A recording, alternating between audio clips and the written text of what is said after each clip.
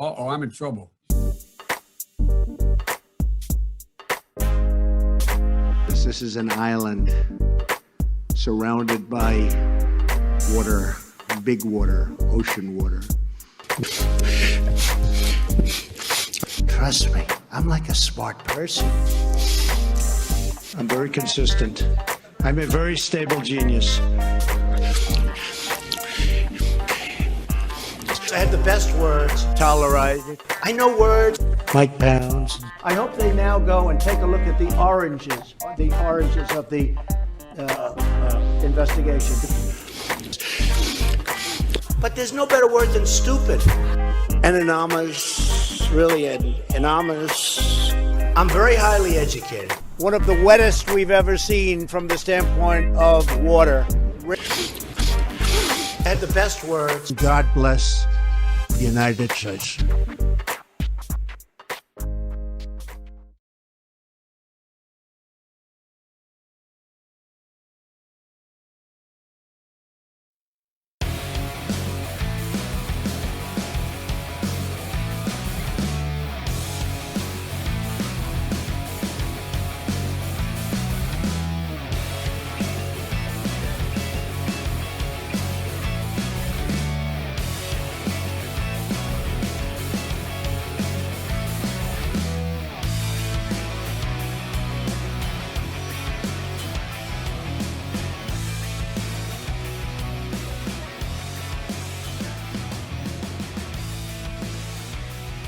Around the nation, TYT Nation. Hey everybody, welcome to the show. We got a great show here for you guys today. I, of course, am your host, Jeff Waldorf, and we're going to have a fun time. We've got an amazing attack ad against Donald Trump Jr. We got Ivanka Trump having another, you can eat cake moment. That's what it is. You can eat cake. So we've got that. We're also going to talk about a Trump supporter that got booted out of an establishment. That's fun for threatening an employee. So not fun. But anyway, we'll talk about that because that's a good story. There's a little bit of a twist in it as well. So that's always fun. And we've got Alex Azar lying about the ACA. And then we've got a teenager being put in jail for not doing her homework. Yeah. So, oh boy. Got a good show today for you guys. So please like and share the stream. Helps us out, of course. Super chats, always welcome. Thank you to the patrons for making the show possible. I'll give you guys a shout out later on. So, all right. So, a lot of stuff to get to. So let's start out. Let's just dive right into it where Ivanka tells you to eat cake. Oh, and yeah, the cake's a lie. Portal reference, in case you didn't already know. Okay. Who doesn't know that at this point? With millions of Americans out of work due to the COVID-induced recession, some temporarily, of course, but many in industries that have been devastated by the pandemic and unfortunately will not be coming back, you now have the White House, who, could have been doing something, formulating plans to try to help the American worker, to try to sustain people as we recover from this pandemic. But of course, before we can recover from the pandemic, we actually have to make progress against the pandemic, and we have not. So definitely a long way to go. But instead of doing any of that and actually combating the virus, the White House is basically telling you, people who may have lost their job, to go eat cake. The Associated Press is reporting that a new White House-backed ad campaign aims to encourage people who are unemployed or unhappy in their jobs, and there's definitely a lot of those people as well, or careers, to go out and find something new. Yes. Now, this campaign is a product of the White House's American Workforce Policy Advisory Board, That's, of course, something that Donald Trump created back in 2018. It is co-chaired by Donald Trump's daughter, Ivanka Trump, and Commerce Secretary Wilbur Ross. Wilbur Ross has not been seen, understandably so. Ivanka, however, she said this: "There has never been a more critical time for Americans of all ages and backgrounds to be aware of the multiple pathways to career success and gain the vocational training and skills they need to fill the jobs in a changing economy." Does she not know we are currently in the middle of a pandemic? I mean, look, Ivanka's not a smart person, but she can't be that dumb, right? Can she? I mean, either way, this is incredibly tone deaf on her part. You're going to tell people in an economy that has been absolutely devastated by COVID-19, oh, no, don't worry about your jobs that disappeared. Go find another one. Plenty of jobs to go around. Okay, that might have actually worked before COVID-19, when there was, 2 to 4% unemployment?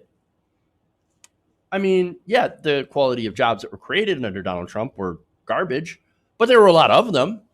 And so you could make an argument, I guess, there were a lot of jobs. Again, the reason I say that they're garbage is because generally they didn't pay very well. A lot of them are created in the service sector. Yes, some manufacturing had come back, but even then, wages in manufacturing sectors that are non-unionized are fairly low. So you couldn't really make a great argument that the economy was fantastic, but you could still make an argument, I guess. But you can't do that now because you've got 40 million people out of work. Again, the official number is 20 million. However, when you look at how many people that have filed for unemployment benefits and have not received them, when you look at the actual real unemployment numbers, it's incredibly dismal, super bad. And so, unfortunately, Ivanka Trump and White House, the solution to that is just to tell the millions of people that are out of work, through no fault of their own, of course, as COVID-19 is ripping through their communities, especially if you live in Texas, which is out of like hospital beds, Florida, Arizona. You're going to tell those people, don't worry, go just get another job. Idiots. Now, funny enough, this happens to coincide with the end of the extended federal $600 unemployment benefits that end July 31st. So this is basically, I think the timing of this is not an accident.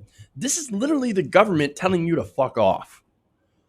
We don't care. Why don't you just go die? I mean, you're probably going to make us a little bit of profit before that happens, our corporate friends and the donor class. But generally, we don't care about you. If you are displaced by COVID-19, sad day for you. No more checks, no more helping you out, no more extended unemployment. Maybe a one more $1,200 check. But that's about it. You're on your own, guys. Go find something new. Good luck to you, sir or madam. Here's some cake. Suffice to say, having the picture of nepotism and incompetence condescend to us like we're all lazy idiots and not people who are concerned about a virus that has killed 137,000 Americans, but is also, and this doesn't get talked about a lot, has caused people permanent damage. You never really hear about how many people, yes, survived COVID, right? Lived through it, can now see another day, right? They had it, but they ended up getting like actual health conditions from it. Lung damage, heart damage, long recovery times. There are people that have been on ventilators that have lost tons of muscle mass and weight. All of that requires recovery. Not only that, but you've got people that have had strokes and as a result have neurological damage. Again, lung and heart damage. Even after, again, the so-called recovery from this virus. And so it's not a binary thing. You either, it's not like you either die or you just get better, right? And you make a full recovery. No, this can leave often lasting damage to people who are even otherwise healthy. And so this is the problem. And so, by the way, those people, as a result of losing their jobs, 5.4 million Americans have also lost their employer-sponsored health insurance. So, look, that happens. They get sick with COVID. They go to the hospital. They get put on a ventilator or whatever, and they're lucky enough to survive. Well, they're on the hook for thousands, hundreds of thousands of dollars even. It just depends on the care. And now some of these people also have neurological issues or physical issues that leave them unable to do certain jobs. They might not even be able to go back to their job if they're able to go back at all. And so, but hey, look, like, why not just get the economy back to work, get people back to work, get the kids back to school, and expose more people to this virus? What a terrible idea. I mean, look, I'm sorry, Ivanka. Actually, no, I'm not. But you've got no idea what you're talking about.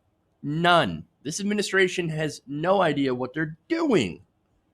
I mean, look, her job, though, her job's not dangerous. She's Donald Trump's daughter. You think she lifts a finger? You think she puts herself in any kind of danger? No, of course not.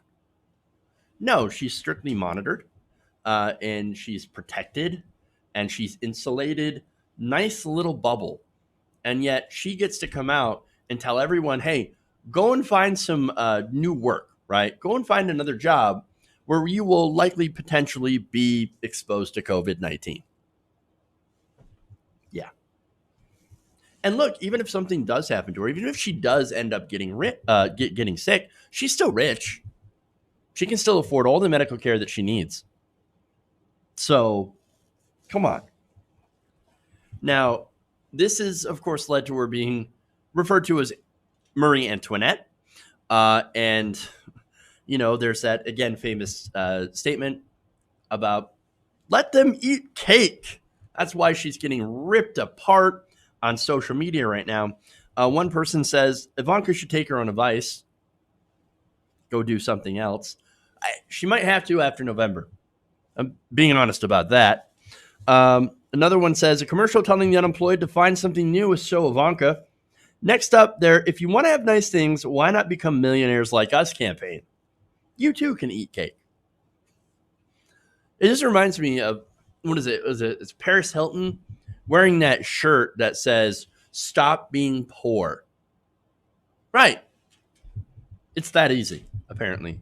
Well, I mean, if you're, an heir, or if you're, wealthy, born rich, then it's super easy to not be poor. Everyone else seems to have a little bit more of an issue with that. Now, another person says, you're excited about a new ad campaign as the virus rages all over the country.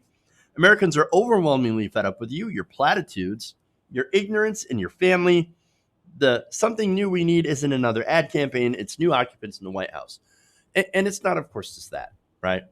That's not the end all be all. Electoral politics is good. And I think we should definitely get involved in electoral politics, but it should definitely extend beyond that. I think we need a reformation of the media. I think we need better, more responsible media that is not beholden to corporate interests, that is actually beholden to the truth, no matter what, no matter what it is, no matter what side it might fall on, right? And truth is never really consigned to just one side or the other. There's bits of truth in everything. Nonetheless, right? We have nepotism Barbie basically talking about how, oh no, you just get another job. We've got Trump that's saying coronavirus, not a real thing. So you can go and restart the economy.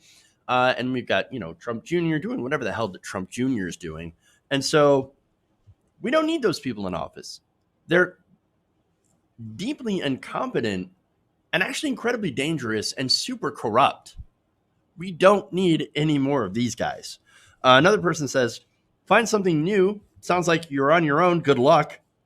Yep. There's that. Let's see. Another one says, we know you're running out of options. The people who can go back to their jobs have already done so. likely because they were forced to do so. So you can't give good employment or report even anymore, even if it's fake or full, or, filled with Sharpies. No Sharpies on the employment report and the jobs reports. But look, that's exactly what it is, right? We got one $1,200 check and some unemployment benefits. And now when COVID is at its worst, spreading like wildfire, the president says, go back to work. And if your job is closed, go find something else because we're not going to help you. We help the corporations, but not you, because at the end of the day, you don't really matter. You're not our donors. I mean, the only time that you would matter is when we're going to milk you for votes. And the Trump contingent, no matter what they do, they're still going to vote for him. But the rest of the country, well, we're not so sure. And another one says, find something new. Seriously? 40 million unemployed Americans can't just play bring your daughter to work day every day. That's a good point. And then finally, let them eat cake went down well. So sure, go for it. We'll see what happens.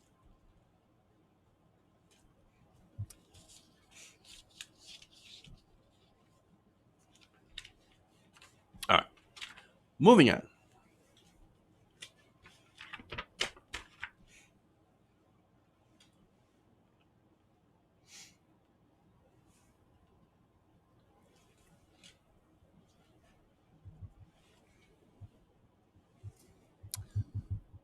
There's a new ad against Donald Trump and Donald Trump Jr., and it is devastating. Take a look. The guy doesn't know what he's doing. It's gross negligence, and honestly, it's worse. It's just sheer incompetence. I think we're going to be very good with the coronavirus.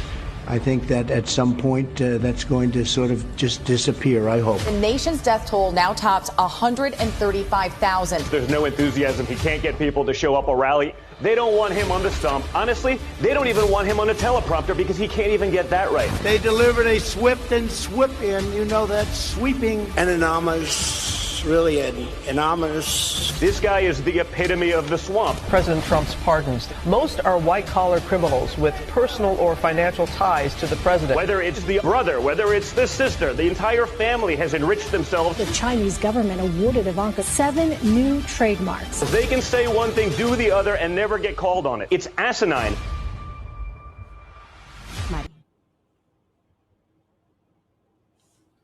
Damn. That's a good one. A couple of things that I would have added to that is, of course, Mike Pounds. as well as Tolerated. but nonetheless, great work on that. I love that ad. So now the group that released it is called Midas Touch. And so they're a PAC. So they're basically set up to not, to make sure that people don't reelect Donald Trump. And so that's what that is. They describe themselves as a next generation political organization, reimagining progressive ideals for the rapidly changing digital age. So now, I don't know much about their politics. They say they're progressive. They seem like they might be a little bit more establishment, but that's just what I get from reading about them. These are three brothers that say that they have a passion for democracy and justice, and says, we aim to not only be in the conversation, but to create the conversation. Well, mission accomplished. That was an excellent ad. And they've actually been making some devastating ads for quite some time. So now one of the brothers, Ben Midas, is a lawyer by profession, but he represented Colin Kaepernick when he sued the NFL. So, okay. Hey, Colin Kaepernick, that's great. And so another one of them is a video editor that worked for Ellen. And so, again, that's why I say a little bit more establishment, but that's fine. They're making hard-hitting ads against Donald Trump, and so I'm cool with it. So back to why the ad was great. Well, you saw it. The juxtaposition and using Donald Trump Jr.'s own words that were meant to go, of course, against Joe Biden, against Donald Trump. It's perfect. It perfectly fit his father. I mean, Donald Trump's a loser. He can't really talk. He's not a very stable genius. He's deeply corrupt. And this ad shows that look, everything Trump Jr. is saying is basically nothing more than projection. And it's so good. And look, I may not be a big fan of Joe Biden, but seeing that Trump Jr.'s criticism weaponized and turned against his own father, good. So good. And just like the Lincoln Project, these ads are designed to get under Donald Trump's skin, pointing out how he's a loser, he's corrupt, he's failed, he's a failure, how he's grossly incompetent. Not so far as going to, as the Lincoln Project ads, saying you're weak and shaky, but really going after him on basically his job performance, which has been dismal. Not only that, but you have the presentation, of course. The quality is pretty slick. It's top notch. Donald Trump pays attention, of course, to things like presentation, right? And so if it looks good, it's going to get under his skin. It's very well produced. And that, of course, shows how well these brothers are connected and how good they are at actually making these kinds of ads. And so that's going to piss him off. It's great. So now the Trump campaign is actually aware of this. And last month, when the group started hitting the family with ads, including one that targeted Ivanka, the Trump campaign's response was that they were, quote, Trump haters. I'm not even sure how that's a pejorative at this point. Like, yeah, a lot of people hate Trump. And? But then added that they were, quote, sad, pathetic, and irrelevant. Sad. What's that? Oh, is that the sound of your approval rating that is underwater? It sounds like this. Glub, glub. 56% disapproval for President Trump. Ooh, disastrous. So now look, these have been getting a lot of views on social media. 5 million views on Twitter alone in less than 12 hours. That's pretty good. There's a hashtag that was trending that went along with the video. That trended at about number 3 on Twitter. So that definitely had to have gotten his attention. So I like this because, again, I believe in fighting fire with fire. This president is uniquely vulnerable because he's not only hasn't delivered for the American people or even his base. I mean, what have they gotten? There's no wall. I mean, look, I guess if you want to talk metaphorical, the rest of the world kind of wants to stay away from us because of coronavirus, because of how Donald Trump has botched it so badly that we kind of have a metaphorical wall around the country where less than a handful of countries now will accept our visas. And of course, if we do happen to travel to some of those countries, we have to be held in quarantine for 2 weeks. And so not exactly the warm welcome that is befitting of our station, or supposed to be anyway, as Americans. So, metaphorical wall. Good job. You built a wall around around America, and, well, you're not keeping anybody out, but you're definitely keeping a lot of us in. Fantastic. So, that said, look, he's incompetent, as I said before, in his coronavirus response. Again, all the ads have been hitting him on that. And it's because a lot of people are really, really angry. Even Republicans are very upset about the way that he has handled coronavirus. Again, 57% of Americans say that he handled it incredibly poorly. They disapprove of the job that he's done. He's flouted masks. He's told people to inject disinfectants. Yes, he's sidelined medical professionals like Dr. Fauci that happen to disagree with him. He's let Republicans and Democrats get together to enrich corporations with the CARES Act, pushed back on any efforts to accountability. I mean, just the people who had received money from the Paycheck Protection Program that they didn't necessarily need and didn't really save all that many jobs, especially considering the cost of how many billions of dollars we put into that program as Americans. It's our tax money that, by the way, we didn't really get a lot out of. It's sickening. That's the kind of corruption that Donald Trump deals with. Again, there are people, like Kanye West that received that money. I mean, why? He's incredibly wealthy. He doesn't need that tax money. We need that tax money. We should be getting a UBI. We should be having our rents canceled instead of formulating some sort of response to the coronavirus as well as the economic downturn. The Trump administration has done nothing, absolutely nothing.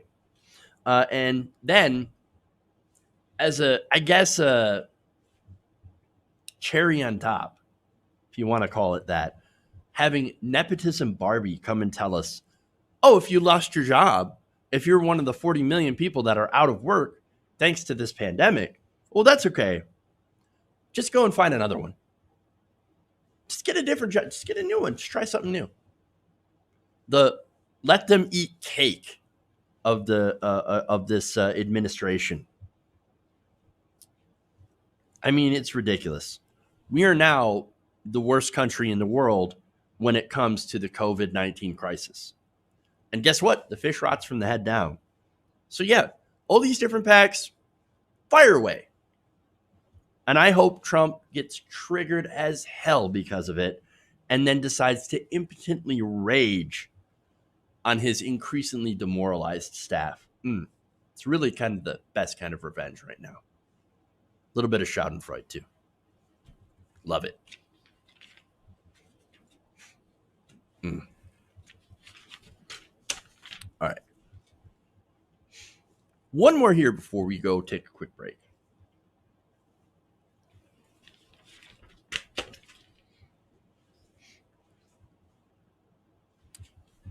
A Trump supporter was recently kicked out of a restaurant for threatening an employee who asked him to wear a mask.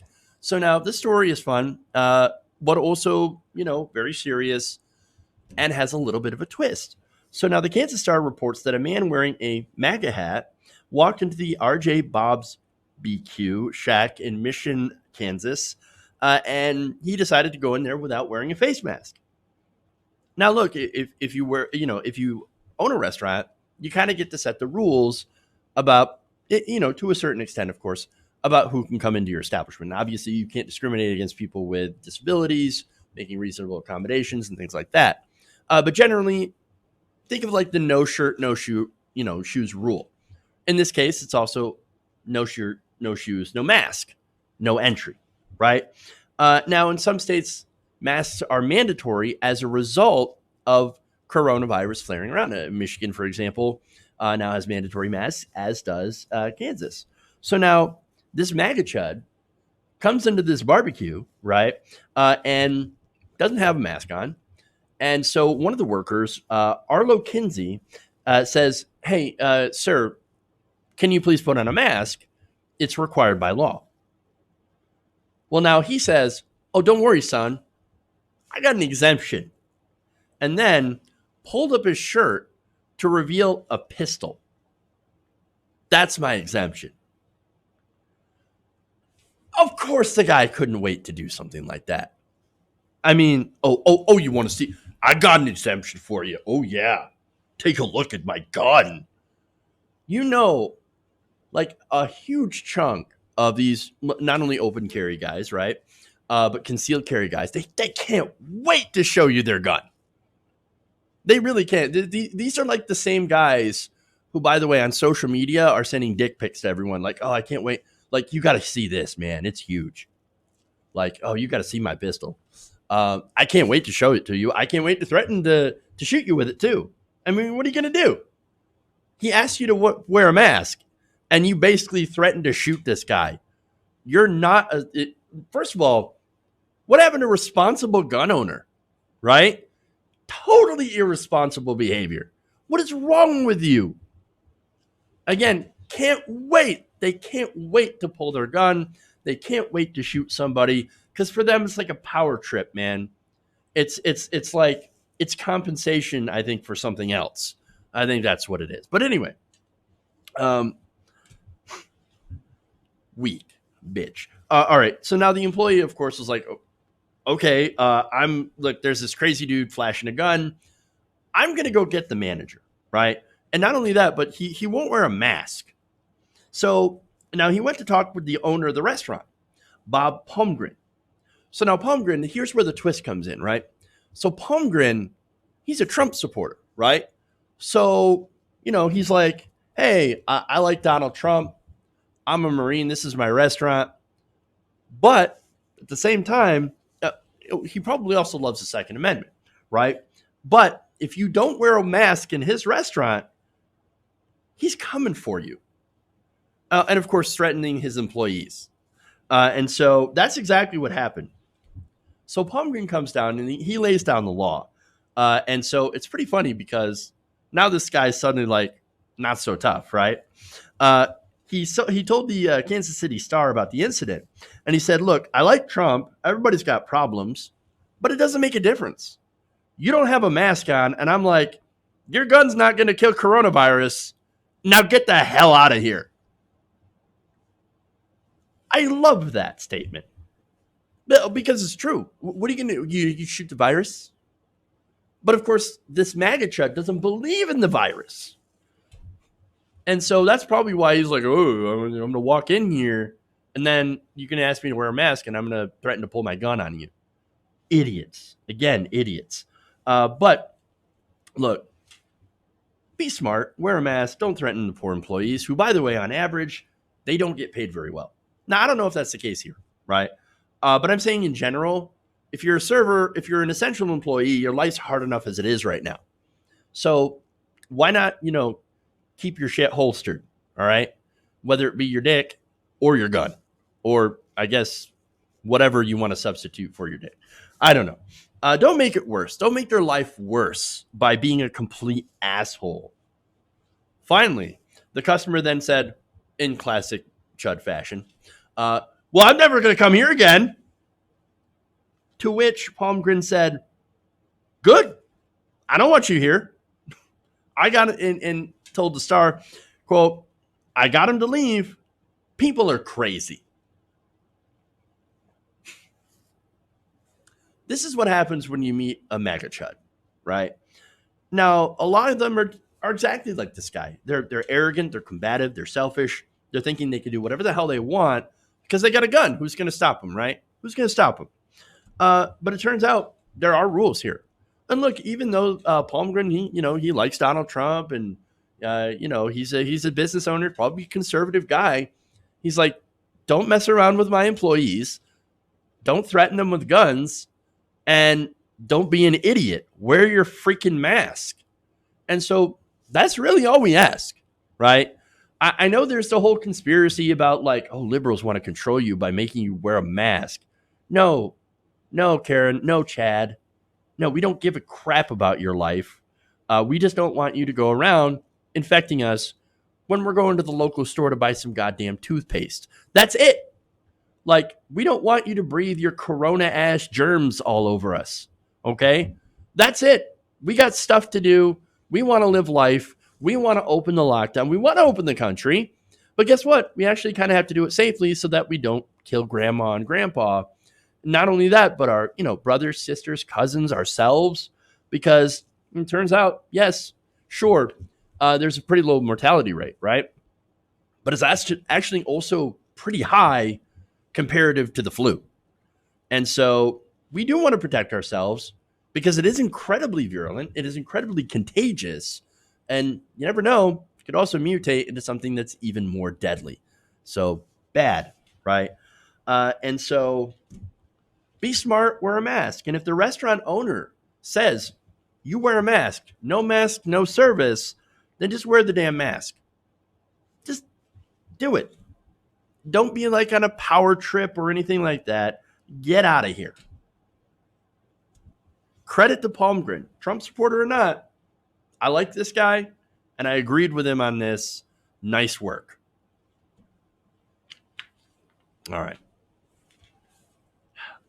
I'm going to take a break here. We're going to come back.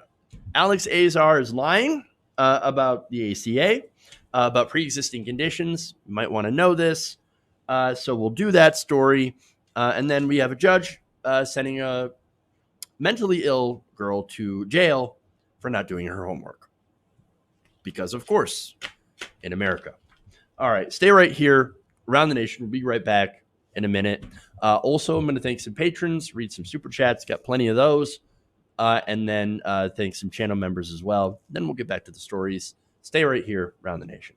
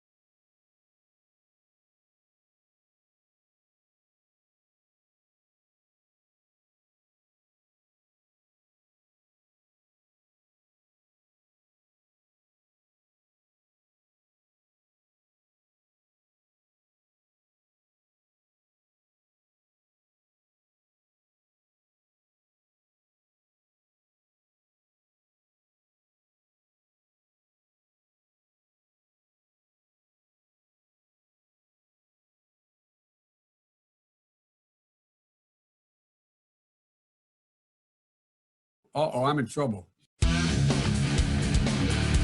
Mike Pounds. Why? Oh, you're getting nervous, man. Oh, wow, I'm sorry. Welcome back to the show. Around the Nation right here, TWT Nation. Jeff Waldorf here with you.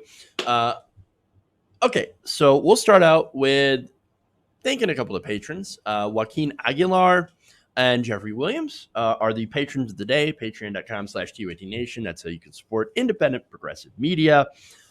Then go to channel members here, channel membership on YouTube. I want to thank ECMDIGW and Man-Made. I think I already said his name, but nonetheless, thank you to those two channel members. Let's find another one here. Barry Muhammad. There we go. I don't remember saying your name, so thank you. If you want to sign up to be a channel member and to have me butcher your name, hit the join button below. All right, anyway. Super chats here. Again, lots of fun. I appreciate that. Dango Bango says, there's no coronavirus in the United States. The president has invited you to Lake Erie. Will you accept his offer? Apparently quoting Kayleigh McEnany. No, I would not. How about no? And then Sarchek says, Trump did get his wall. No other country wants Americans to visit.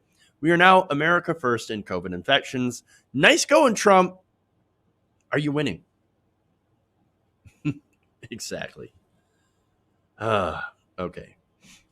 Lancer Soldiers, by the way, in the chat says, my brother's concealed carry, goes everywhere with a gun, but he isn't nuts. Well, there's a difference, right? I don't think that most, and I know it's a controversial statement, but I don't think most of the concealed carry people are crazy and can't wait. But there are some that definitely cannot wait to go and pull the gun on somebody. And we see it all the time. Usually it's a black person. All right. Moving on here. Let's go to Alex Azar.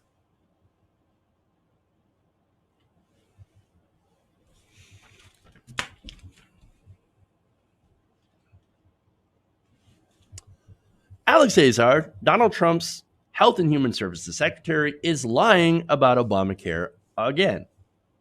Shocker, right? So speaking to a virtual health summit sponsored by The Hill, Health and Human Services Secretary Alex Azar answered a question about the case the Trump administration has filed in order to eliminate the Affordable Care Act. So now I've reported on this before. The Trump administration, during the middle of a pandemic, is saying, hey, we got a great idea. Hold on here. Okay. We got a great idea. Let's get rid of Obamacare. Are you kidding me? Really? Okay. So now Azar is saying, oh, but don't worry. We're going to protect pre-existing conditions. Well, okay, but how are you going to do that if you get rid of the ACA? And you don't actually have a plan to protect pre-existing conditions. But look, that's what Donald Trump's saying. He's saying, I believe in the pre-existing. We're going to get the pre-existing. We're going to protect that because that's really popular. Well, it is really popular. And so, yeah, understandably from a political standpoint, you'd want to protect pre-existing conditions. But the ACA is actually more popular than it is unpopular. But again, among Republicans, they still see it as Obamacare, Obama bad. And Donald Trump says Obama bad. And so they want to get rid of it. So now Azar says, well, don't worry. If we get rid of it, we're going to save your pre-existing conditions. They're going to be in place for everyone. That, of course, is the complete lie. Now, they're making the case in court, and it gets a little complicated, but they're saying, well, the thing that protects pre-existing conditions that isn't in Obamacare is HIPAA, the Health Insurance Portability and Accountability Act. They say that it would ensure that people with pre-existing conditions would not be denied health care or health insurance. Again, that's not true. Kaiser Health News took a look in this, and here's what they reported. HIPAA's original purpose was to end what was known as job lock, a situation in which people with pre-existing conditions were reluctant to leave their jobs with health insurance, even for other positions with health insurance, for fear that their conditions would not be covered or they would be subject to long waiting periods. For coverage, of course, that happened a lot, right? Back in the day. Now, HIPAA sort of addressed that problem as long as people maintained continuous health insurance coverage, defined as having health insurance for at least 12 months without a break of more than 63 days. So there's some obvious problems with that. People who met that requirement, of course, could not have waiting periods or denials of coverage imposed upon their own or a family member's pre-existing condition. And so that is like a very, very light protection, right? Very light protection. So now, look, HIPAA also, of course, protects the security and privacy of the patient, but this is another part of HIPAA. So it's just one that you don't hear very much of. And so this part of HIPAA was designed to have a little bit of security as you're changing jobs to make sure that when you get your new insurance in your new place of employment, you don't get denied for your pre-existing condition. However, it was not designed to make sure that people could not be denied coverage if, in any other circumstance, essentially. Now, the ACA actually tried to go and fix that, but there was, of course, a little bit of a problem. And so now, they went to go and fix that because that was a problem. And so the ACA, it's one of the things that it actually did well is to protect people with pre-existing conditions, at least on that. Basically saying that you can't deny people insurance coverage based on pre-existing conditions. You have to still offer to sell them insurance. Now, there were other reasons that people couldn't get insurance before the ACA, or even if they had it, of course, use the insurance. But back to HIPAA here. The problem is the protections were only for people who already had employer-based insurance to make it easier for them to move to other employer-sponsored insurance. It did nothing for those in the individual market or for people who are self-employed or working for companies that didn't offer health insurance. If you were in any of those categories and you had a pre-existing condition, well, then you were screwed because HIPAA did jack for you. Now, go to today, right? So now we have the ACA, but if the Trump administration dismantles it, well, then we're going to have a worse situation because right now we have 40 million people who are unemployed. We have 5.4 million people who have lost their employer-sponsored health insurance. Now, Cobra, right? You might say, well, they still have Cobra, right? Go and sign up for that. Well, there's problems with that too. Cobra only allows individuals to continue their employer-based coverage for up to 18 months if they're able to somehow pay the entire premium themselves plus an administrative fee. Wow. So that's without your employer contribution, which makes it prohibitively expensive for families, especially ones that have just lost their job. And look, even if a former worker was somehow able to pay for Cobra, maybe they got another job, I don't know, until that 18-month period ended, there was no limit after that 18 months on how much insurers could charge for the conversion policy.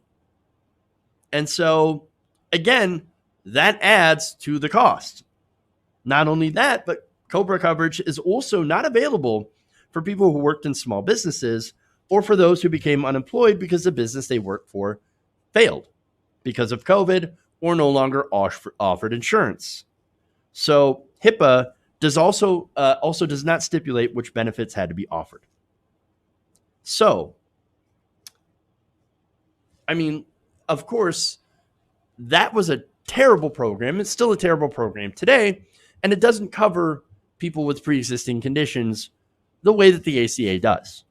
Now, the ACA did rewrite HIPAA provisions regarding pre-existing conditions to, a little bit of an extent, right? Offering them a little bit more coverage. But if the law is struck down, then would that change stay in effect? Or would it go back to what it was before? And so that's the question, right? And we don't know. It's very possible, according to experts, that HIPAA's protections would be eliminated along with the ACA, those rewritten protections for people with pre-existing condition. And then HIPAA would go back to what it was before when it was basically signed into law by Bill Clinton. And so what Azar is saying is a complete lie. So now it's amazing to me that not only can this administration lie openly about pre-existing condition protections in order to strike down the ACA, they're using that to help strike down the ACA to make their argument. And they're doing so in the middle of a pandemic. Now, look, I thought the Democratic Party was a little bit tone deaf by not adopting the obvious solution, Medicare for all. Like, Medicare for all during a pandemic, makes sense. It is the only solution. I mean, yet the establishment Democrats are lying about Medicare for all. Oh no, it's gonna kick people off their insurance at a time where they at least need to be kicked off their insurance. That's not true at all either. They're fighting against it because, of course, they take money from health insurance companies. And they're also fighting against it a lot harder because, guess what? It's popular with Democratic voters. And yet Republicans, they looked at what the Democrats were doing in fighting so hard against single payer, and they said, oh yeah, hold my beer. Let's get rid of the ACA.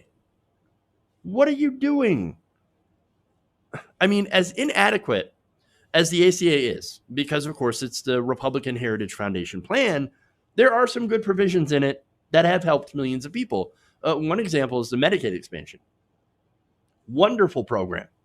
I wish it could have been applied to everyone. Originally, they said it was going to, but then the Supreme Court said, no, you can't do that. Only states that have opted into the Medicaid expansion were able to do so.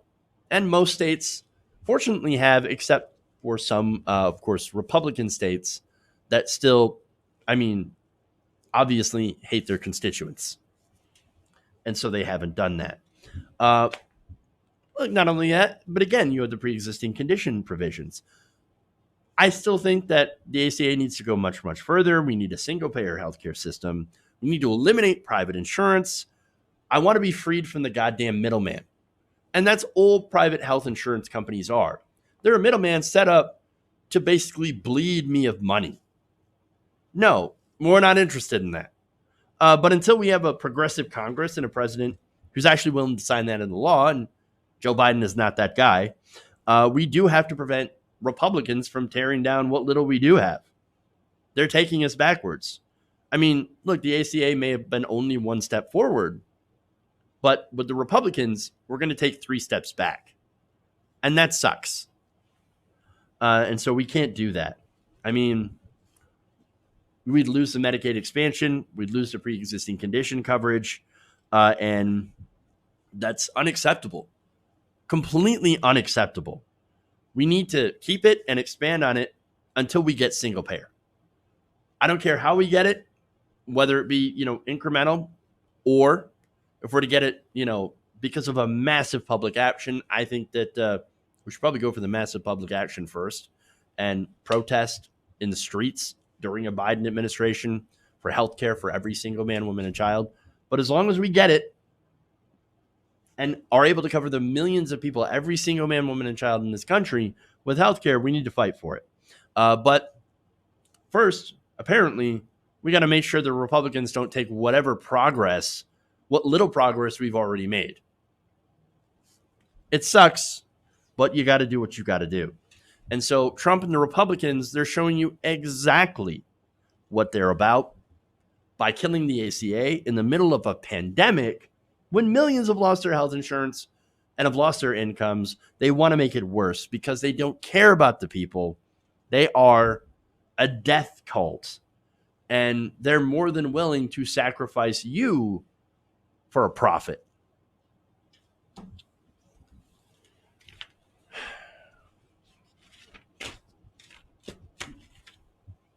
All right. One more here. This time I won't fuck up my sidebar.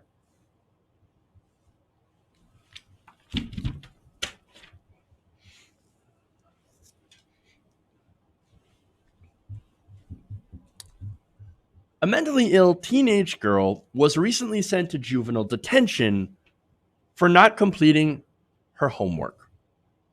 So now this happened in Detroit to a young girl, a 15-year-old named Grace. Now, her last name, of course, is omitted to protect her identity because she is still a minor. Now, she had some behavioral issues, mental health issues, ADHD, mood disorders. And so, of course, she had lashed out and had gotten in trouble. In fact, she was on probation for conflicts that she had with her mother, as well as stealing from classmates. So now apparently this was enough to have the judge deem her as a danger to the community. So now for me, look, I understand that what she was doing was serious, obviously. But what teenager hasn't fought with their parents? And look, let's be honest. I had a friend in middle school, who used to steal from the local store all the time. He didn't have no mental illness, but he also wasn't black and was a man. And so the point is, he also grew up to be a pretty decent guy, but he didn't go to prison for any of this. He did get caught and banned from the store, though. Rightfully so, I think. But anyway, according to the story, this was done by ProPublica, right? And it was a massive, massive breakdown. I'm only going to be able to give you basically a synopsis of what happened. But what happened is that she was incarcerated back in May for violating probation. So now earlier when she had gotten in trouble for stealing and fighting with her mother, she had went to court virtually, of course, because of coronavirus. And they said, okay, what we're going to do is we're going to put you on probation, right? We're going to put you on probation. And, some of the provisions of your probation is to not to break the law, obviously, but also to do your schoolwork. So now they switched to online learning. Her school was in Beverly Hills. And that is, of course, in Detroit, not California. And so with online learning, with her disabilities, made it a lot more difficult for her to be able to stay on task in order to get her schoolwork done. And so as a result of missing that schoolwork, they sent her to juvenile detention during the coronavirus pandemic. Now, here's what ProPublica wrote about her issues, right? Grace, who has ADHD, said she felt unmotivated and overwhelmed when online learning began on April 15th. About a month after schools closed, without much live instruction or structure, she was easily distracted and had difficulty keeping herself on track. Now, I get it. She has learning issues. Millions of Americans have learning issues. But you're not going to be surprised to find out that she's black and therefore seem to have been treated a little bit more harshly by our justice system. And so, look, not only that, but even people who don't have ADHD or any sort of learning disorder, they're still finding it very difficult to sit through online courses, not being, in the classroom, not having that hands-on instruction or personal attention from the teachers, instructors, all that stuff. That can be pretty difficult to learn in that environment. And so that said, what are we going to do? Open up the schools? No, that's a terrible idea because right now COVID-19 is raging. And so what do you do? Well, I don't know what you do. I do know what you don't do is you don't throw, special needs children into juvenile detention. I mean, you just can't do that. So now Governor Gretchen Whitmer, again, she's a governor of Michigan. She did put out an executive order that suspended the confinement of juveniles who violate probation unless directed by a court order. So the whole purpose of that is to prevent situations like this from happening. Now, she also encouraged eliminating any form of detention or residential placement unless a young person posed what she called a substantial and immediate safety risk to others. And acting on Whitmer's order, which was extended until late May, the Michigan Supreme Court told juvenile court judges to determine which juveniles could be returned home. Now, the judge in this case was Mary Ellen Brennan, and she's the presiding judge of the Oakland County Family School Court Division. Now, she found that Grace was guilty of failure to submit any schoolwork and getting up for school, and called Grace a, quote, threat to the community, citing her assault of her mother and theft charges that led to her probation in the first place. Now, again, when she actually got put on probation, right afterwards, that's when she started doing online school. So now during the time that she was home online, she was also getting counseling, and that led to no incidents, right? In fact, everything went fine with her mother, and she was doing her best on school. But of course, without that in-person instruction, without that extra structure, it kind of fell apart where she did not get some of her assignments done. And that was enough to constitute a violation of her probation, leading her to get incarcerated. So again, Brennan said she has not fulfilled the expectation with regard to school performance. I told her she was on thin ice, and I told her that I was going to hold her to the letter, to the order of the probation. Now, let me ask you, would any other 15-year-old be treated like that with zero tolerance, right? Even though they are actually trying. And later on, of course, in the story, they tell her about how she's actually really trying her best, even though she has difficulties. In fact, in the months following the incidents, which she had put in probation for, Grace and her mother participated in individual and family therapy, and Grace stayed out of trouble. Now, her mother said that other than, of course, a little bit of irritability, a little bit of cabin fever from being, of course, shut in because of the coronavirus, nothing significant had happened. Nothing bad between the mother and daughter. She was behaving well, and she was doing the best that she could. But apparently, that was not enough to keep her out of prison. So now her disabilities, according to her records, said that she gets distracted easily and abandons her work, symptoms of ADHD, and a mood disorder. And as a result, had an individualized education plan. Now, it spelled out that the school supports that she should receive required teachers to check in on her periodically, to make sure she was on task, to clarify the material, and allow her extra time to complete assignments and tests. However, when the remote learning began, she did not get that support. She told her caseworker that she had felt overwhelmed, anxious about probation requirements, and had a lot of difficulty adjusting to online learning without any sort of support. What happened to her as well is that she had overslept one morning after her check-in, and, well, that was enough for her new caseworker to file a violation of probation against her for not doing the schoolwork. She told the prosecutor she planned to ask the judge to detain Grace because she clearly doesn't want to abide by the rules of the community, according to the case notes.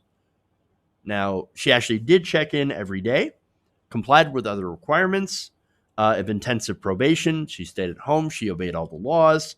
And all she needed was just a little bit of extra help.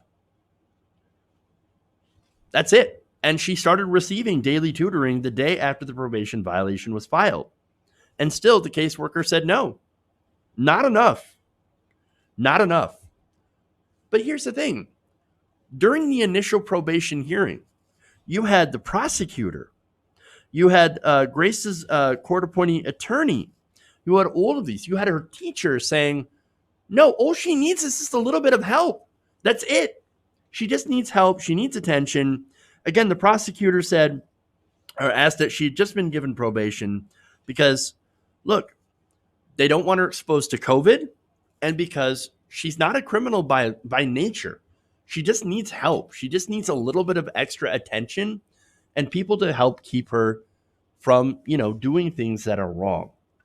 And so, unfortunately, again, she didn't get that.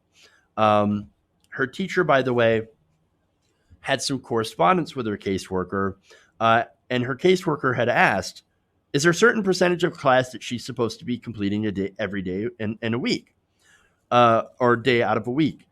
Grace's teacher, Catherine Tarpit, responded in an email that the teenager was not out of alignment with most of her other students, therefore essentially keeping up with her work, and said, let me be clear that this is no one's fault because we did not see this unprecedented global pandemic coming. Grace, she wrote, has a strong desire to do well. She's trying to get to the other side of a steep learning curve mountain, and we have a plan to get her there. Unfortunately, they were not able to enact the plan because of COVID-19, and now, ironically, Grace is in jail for and being exposed probably to COVID-19. The justice system is broken. Grace is just but one example of a system that has failed teenagers, especially young teens of color, all over the country. Our school system is broken. Our system of justice is absolutely broken as well. There is a school to prison pipeline that is going on that does not get enough attention, especially when you are dealing with people who need extra help. There are people that have mood and learning disorders that need extra care and attention. They need social workers, not prison guards. But our system is not designed for that. Our system is not designed to help these people. It is designed to punish people. It is designed to punish the mentally ill. It is designed to punish people of color. And they're the ones that get punished the hardest. Again, would you have seen a white kid, especially one who may have wealthy parents or connected parents in the community, someone who might be powerful? Would you see someone like that go to jail over missing homework and have that count as a violation? Are you kidding me? I mean, go back to for example, someone like Brock Turner, who raped a woman behind a dumpster. And the judge was like, I'm so worried and concerned about your future. I don't want to ruin this guy's future. Well, what about Grace's future? Again, she's a hard worker. She wants to do well. But she has so many disadvantages in her way that she just needs a little help to get there. Well, they weren't considered at all about her future, about her potential. Instead, they threw her in juvenile lockup, where she is not going to be able to do better. Where that's going to impact her. That's going to affect her. And she might even end up with COVID-19. This is our system. It's set up to crush people like Grace for making mistakes. And that's why the system needs to be completely rebuilt from the ground up. Tear it down, rebuild it. We cannot have a carceral system that is based on punishment, but must be based on rehabilitation. And we must have a system of education that takes into account people with special needs, as well as, of course, a justice system that does the same. Right now, we don't have that, and it's a damn shame. It's an absolute travesty.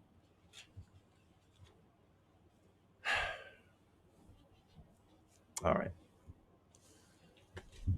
Sorry to leave you guys on such a terrible note, but thank you for going around the nation with me today. Thank you for joining the show. Metha Nelson, by the way, in his super chat says, to be fair, a lot of white teens are thrown in detention for mild infraction all over the country. Remember the judge who went to prison for doing the same thing in Pennsylvania? No, you're right about that. This guy was getting kickbacks, though, from private prisons for throwing people in detention. But you're right about that. That's about profit. It's almost as if like white people are more than happy to throw other white people under the bus when it comes to profit. Weird how that works out, but great point for bringing that up, by the way. But generally, yes, while white people do get thrown into that system as well, because that system's based on profit, you also have the majority that are people of color. They are disproportionately targeted by this system. And so that's important. It's important to know. All right. Anyway, thank you guys again. Thank you for the super chats. Thank you for joining. New memberships, new members are always fantastic. So thank you for doing that. You can support us by becoming a member or go to our Patreon, patreon.com/TYTNation. All that good stuff. Thank you guys. Love you. And remember, change begins with you. We'll see you guys later on. Thank you again. Have a good one and stay safe.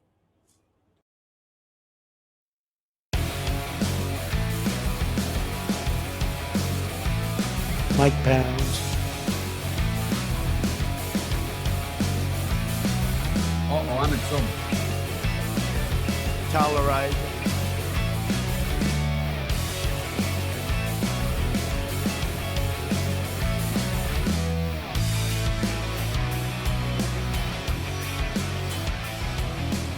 Please clap.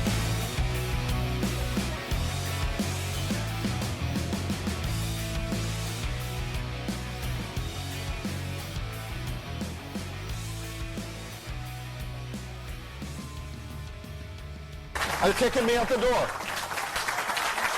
You're kicking me out the door.